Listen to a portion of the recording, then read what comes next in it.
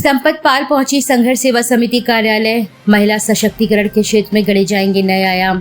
गुलाबी गैंग भारत का महिला सशक्तिकरण के क्षेत्र में व्यापक समूह है जो अपनी गुलाबी साड़ियों और बांस की छड़ियों के लिए जाना जाता है, जिसकी स्थापना 2006 में उत्तर प्रदेश के बांदा जिले में संपत पाल देवी ने की थी।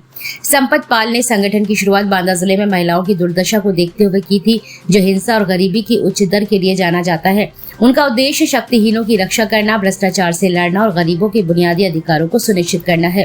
धीरे धीरे यह संगठन लगातार लोकप्रिय होता गया और संगठन में हजारों की संख्या में महिलाएं सम्मिलित हो गई। गुलाबी गैंग की ख्याति को देखते हुए इस समूह पर एक फिल्म भी बनाई जा चुकी है। गुलाबी गैंग की संस्थापक संपत पाल अपने कार्यकर्ताओं के साथ संघर्ष सेवा समिति कार्यालय पहुंची, जहां उनकी डॉक्टर संदीप से महिला सशक्तिकरण के क्षेत्र में विभिन्न मुद्दों पर चर्चा हुई। डॉक्टर संदीप ने आश्वासन दिया कि संघर्ष सेवा समिति महिला सशक्तिकरण के लिए गुलाबी गैंग के साथ जुड़कर झांसी और आसपास के क्षेत्र में बृहद स्तर पर कार्य करेगी। वहीं संपत पाल ने डॉक्टर संदीप को छोटे भाई के रूप में अंगीकार कर आजीवन सहयोग का आश्वासन देते हुए कहा कि डॉक्टर संदीप समाज सेवा के क्षेत्र में अच्छा कार्य कर रहे हैं। आज मुझे डॉक्टर संदीप के रूप में छोटा भाई मिला है। हमारा उद्देश्य महिलाओं को सुरक्षा प्रदान करना एवं उनके आधारभूत आवश्यकताओं के लिए रोजगार परक बनाना है। साथ ही महिला सुरक्षा के लिए भी हम लगातार कार्य कर रहे हैं। डॉक्टर संदीप जैसे लोगों के सहयोग से निश्चित रूप से इस आंदोलन में तीव्रता आएगी। और इस अवसर पर डॉक्टर संदीप सरावगी ने कहा कि अन्याय के खिलाफ साहस और शौर्य के साथ लड़ना यह झांसी की धरती में निहित है। रानी लक्ष्मीबाई और झलकारी बाई जैसी वीरांगनाओं ने देश के लिए अपने प्राण तक बलिदान कर दिए। इसी तरह हमारी बड़ी बहन संपत पाल भी महिला सशक्तिकरण के लिए तन मन धन से समर्पित है। मैं उनके कार्यों के लिए हृदय तल से सराहना करता हूं और आश्वासन देता हूं कि भविष्य में कभी भी जहां मेरी आवश्यकता होगी मैं सदैव तत्पर रहूंगा। इस अवसर पर कामता प्रसाद, हाजरा रव, रोशन आरा, सीमा रजक, प्रतिमा ओझा, छाया, नगीना, भावना सिंह, अंगूरी देवी, चांदनी हंसराज, प्रमला थापक, गुलाब यादव, रविंद्र यादव, गिरीश यादव, अब्दुल रब, दीपक नारायण, मास्टर मुन्नालाल, महेंद्र रायकवार, बसंत गुप्ता, राहुल रायकवार, आशीष विश्वकर्मा, सुशांत गेड़ा, अरुण पांचाल, दीक्षा साहू, संदीप नामदेव, कमल मेहता, राजू सेन, राकेश अहिरवार आदि उपस्थित रहे। संदीप जी, गुलाबी गैंग की संस्थापक संपत जी आज कार्यालय आएंगे, किन मुद्दों पर चर्चा हुई? गुलाबी गैंग की जो मुखिया हैं, ये एक अलग मैटर है। हमारे संघर्ष सेवा समिति में आज हमारी बहन आई है, जैसे अपन माँ का रूप भी दे सकते, बड़ी बहन का भी दे सकते। और सत्यता ये है कि जिस तरह से संघर्ष सेवा समिति समाज में नारी शक्ति के लिए, बच्चों के लिए, पढ़ाई लिखाई के लिए, बेटी के कन्यादान के लिए, बेटी के हित में लड़ने के लिए काम कर रही है, यह सब देखते हुए आया दीदी का जो हमारे कार्यालय पे आगमन हुआ, इसके लिए मैं दीदी का बहुत शुक्रगुजार हूँ और बहुत अच्छा लगा दीदी से मिलकर। सबसे बड़ी बात कि दीदी ने जो भाई बनाया है, हम भी प्रतिज्ञा करते हैं, चूँकि हम लोग यहीं बुंदेलखंड की धरा पे हैं, हरदौल महाराज जी की तरह हम लोग भी भाई का कर्तव्य निभाना जानते हैं कि दीदी को जिंदगी में जब भी जरूरत होगी, मैं संदीप साहू हमेशा दीदी के संग में भाई के लिए के रूप में हमेशा खड़ा रहूँगा। और चूँकि न्याय अन्याय के लिए लड़ना, नारी शक्ति का आगे आना, यह तो बुंदेलखंड की भूमि पे हमेशा से रहा है।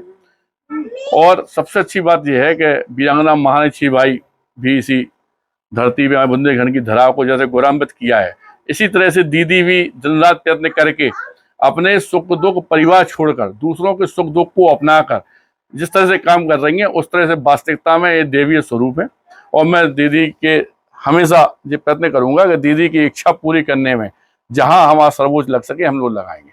धन्यवाद करना चाहिए। महिलाओं की सुरक्षा और सम्मान के लिए गुलाबी गैंग क्या क्या कार्य करते हैं? देखिए, पहली बात तो गुलाबी गैंग महिलाओं के लिए एक आत्मनिर्भर बनाने का काम करता है। दूसरा है जो महिलाओं के साथ अत्याचार होते हैं उसका रोकने का काम कर रहा है। दूसरा है जो हमारी लड़कियां हैं और वो पढ़ने जाती हैं, उनका मिर्ची पाउडर का काम कर रहा है कि लड़कियां अपने आप को स्वयं सुरक्षित रहें। अगर उनका नहीं है तो मिर्ची का स्प्रे बना करके हमने रायबरेली में उनको ट्रेनिंग दी थी। और दूसरी बात है कि आजकल लड़कियों को ज्यादा से ज्यादा घर वालों को हमें सूचित करना है कि अपनी लड़कियों को थोड़ी सी इतना लापरवाह न बनावें, वो पढ़ने लिखने में ध्यान दें, ज्यादा मोबाइल के चक्कर में न रहें। एक तो ये काम करता है। दूसरा जो आज ये अत्याचार फैला बैठा है, तो मैं ये नहीं कह रही कि खाली मर्द भी दोषी हैं, इसमें महिलाएं भी बहुत दोषी हैं। अभी बहुत सारे आपने देखा होगा, कोई महिला अपने आदमी को सीमेंट में दबाई दी, कोई हिमालय में फेंक रही है, कोई ज्योति मौर्य जैसे अपने आदमी का छोड़ करके एक बॉयफ्रेंड बना रही हैं। तो ऐसी महिलाओं को भी मैं नसीहत दे रही हूँ कि ऐसा ना करो, कि हमारे देश में एक माता शक्ति होती है, जैसे जननी माँ होती है वैसे एक माँ ही माँ होती है। हमने इनको जन्म दिया है तो हमारे जन्म हमारे कोख से ये पैदा है। नसीहा सेवा समिति कार्यालय आई हूँ, कैसा अनुभव रहा आपको? मुझे बहुत बड़ा अनुभव मिला और मुझे ऐसा लग रहा है कि हमको कुछ न्याय मिलने वाला है, हमें न्याय इशारा रहा है। मुझे आज बहुत अच्छा लगा भाई जी से अपने मिलने, मैं इनको दिल से राखी बांधूंगी और अब हम ये झांसी को मजबूत करेंगे अच्छे से। यही मुद्दे पे चर्चा हुई है कि ये जो कौशाम्बी में ये घटना हुई है, मैं अपनी जिंदगी में पहली बार देखा है। इसलिए कि देखिए दुष्कर्म तो होते हैं, लेकिन ये नहीं देखा कि दुष्कर्मी को बचा करके और उनके घर वालों को जेल ठोस दिया जाए और पास को हटा दिया जाए 3 दिन में। मैं ये कह रही हूं कि अगर वो झूठा केस था तो फिर 90 दिन पुलिस क्यों नहीं इंतजार किया? कम से कम 90 दिन इंतजार कर लेती, फिर बाद में जेल भेजती। और अगर उसका बाप जहर खाने की धमकी बार बार थाने में दे रहा है तो ये पुलिस सो गई थी क्या? इनको तो उसको सुरक्षा देना चाहिए, अपनी कस्टडी में ले लेना चाहिए। तो पुलिस दोनों के बीच में ये दोषी है, मैं ये कहने जा रही हूं। अगर काउंटर इनकाउंटर कर रही है तो उसमें भी पुलिस ही का दोष होगा। ये पुलिस पढ़ लिख के जा रही है, वो तो 5 साल की हमारी बोर्ड से ही राजा बनाए गए हैं और जब वो 5 साल के बाद चले जाएंगे तो फिर ये पुलिस क्या करेगी?